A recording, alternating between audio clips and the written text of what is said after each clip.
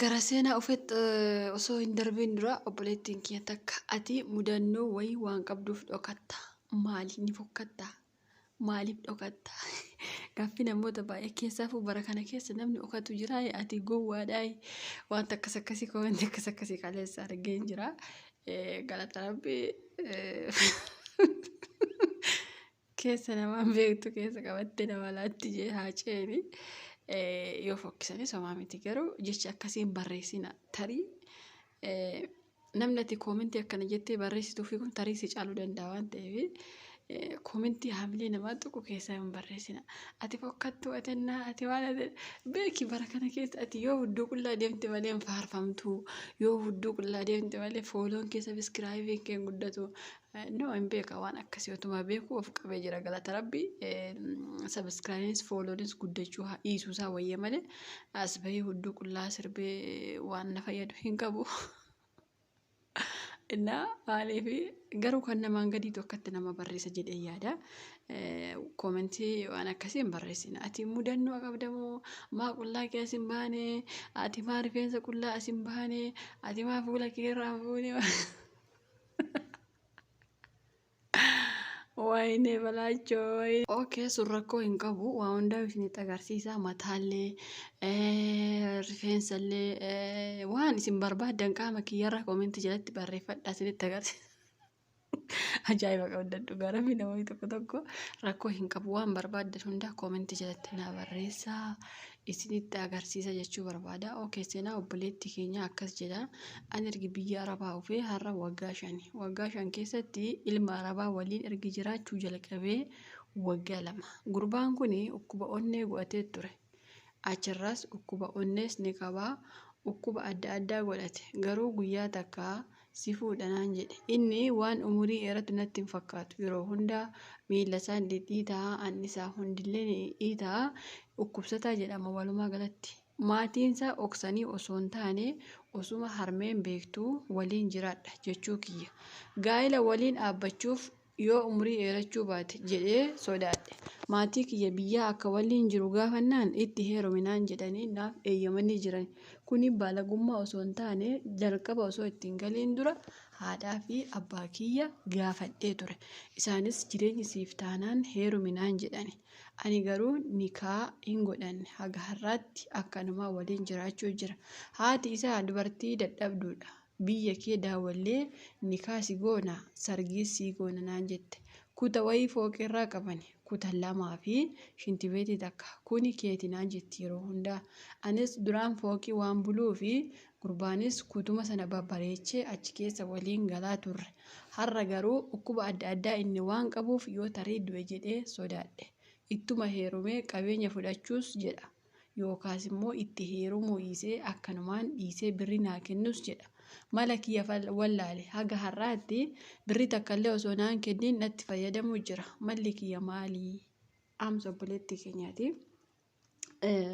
Ijoolleen tokko tokko yeroo barreeffama na argitanii keessaanis warri na argitanii fakkeenyaaf yoo itti dabalee haasee yookaas immoo yoo waa biraa itti dabalee abbaan natti ergisu hin dhaggeeffachuu waan jirtuufi kanaafuu amsa isin natti aamtan battalumaan yuutuubii irra isinii gadhiisanii warri immoo keessa immoo ati barreeffama sitti barreessine maa of jajjaa karaa feesbuukii kee maal naan jette mucayyoon tokko illee kaleessa of jajuu osoo hin taane hin argu daata fayyadama waan ta'eef yoo hojii kiyya jedhee achirra gale malee hin argu isinii jechuu barbaada. Asumarraan dhiifama warri koomentii jalattis na gaafattanii isinii deebisuu dides dhiifama isinii jechuu barbaada. Yeroo argetti hin deebisa isiniyyuu na beektu yeroo hin agarre bichaa bira darba keessaafuu warri keessaan natti barreessitanii isin jalaa qabu dhiifama guddaa isinii jedha. Sababiin isaa daataa fayyadama. Yeroo barreeffama nama ufee narraan galu na akkasii asumaan dhiifama isinii jedha. Maaliif mucayyoo tokkotu kaleessa akka malee natti aaree jira. Koomentii jalatti yaada keessan qooduuf hin dagatinaa obboleettii keenya. Nuti shamarri biyya Arabaa aga tokko wal barsiisna walirraa baranna. Seenaa obboleettii keenya dhageessanii jirtanii. Itti heeruma jedhee inni dhukkubsataa yoo tarii du'e maalaan godhaa sodaan ishee yoo inni du'e malee maatiin ishee eeyyamaniif jiranii akka isheen itti heerumtu haati gurbaallee akka inni fuudhu eeyyamtee jirti. Kanaaf isin immoo yaada keessan gurbaa kana haayistu moo ittuma heerumtee yooma inni du'e gara biyya ishee haa galtu moo yaadni keessan maali? haga har'aatti osoo birrii takkayyuu hin fudhatiin natti fayyadamaa jira jetti obboleettiin keenya.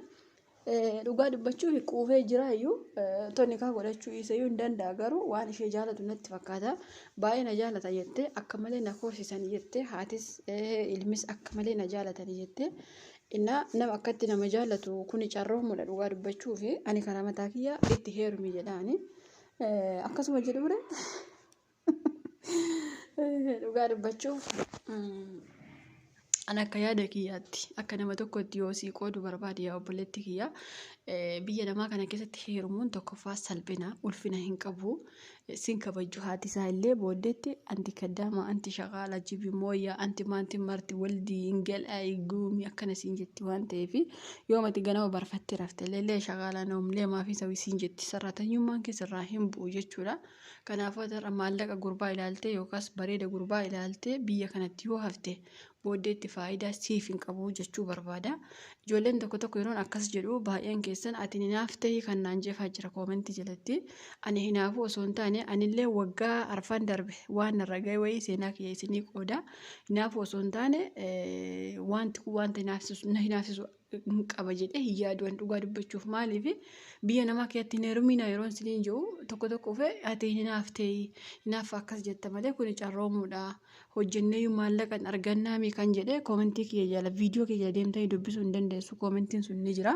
An dhugaa dubbachuuf hinaafuu miti gaafa biyya namaatti hin heerumina isiniin jiru akka gorsaa tokkotti akka obboleettii tokkotti anillee isinirra beekee osoo hin taane garuu isin hin fayyadu. Abadan har'aas jaalachuu dandeessi tarii damoosa malee hojjetta maaliif ilma isheetti fuudhee waan ta'eef birriillee siin kennan hin nyaattan dhugda fedhii keessanatti hin argatta baqa kanumatti faayidaatti qabdu jechuudha. Yoo immoo gaafatti ilmoo 2-3 argatte ilmoo keessi jalaa qabatanii siin immoo gara biyyaa si gashuu jechuudha.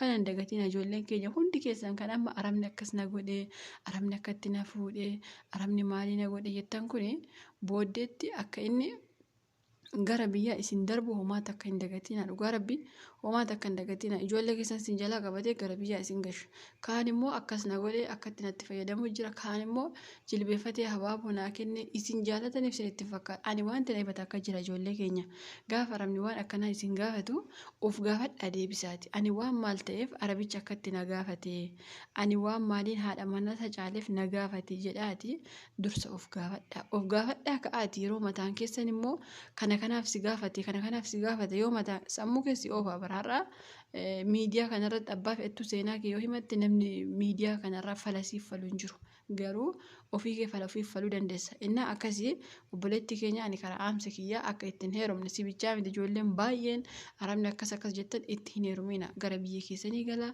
biyya keessan keessatti heeruma waan takka waan siif fayyadu qabu dhugaa rabbi isin imimmaan miti dhiiga boosan booddee deebitanii intalun maqaan ishee yuutuubiin ishee kabbee jedhu sun maan nuun jettee jechuun keessa waan man oolle maaliif kabajaan qabdu umurii kee guutuu kaddaama taate jiraatta dhugaa rabbi isin jira biyya keessan galtanii maallaqa miiliyoona meeqa maasin ilaa mucayyoon kun maallaqa guddaa sii kennanaan jedhee garuu akkamaan godhaa waan takka waan si fayyadu qabu dhugaa rabbi gara biyya keessanii galaa biyya keessanitti heeruma innaa akka sorditotaa fi kabajamtoota kiyyaa viidiyoo har'aa hojjechuun barbaadne yuutuubii kanarratti baay'ee dabbaree ture garuu barreeffama mucatti kana argee hojjechuu dirqame.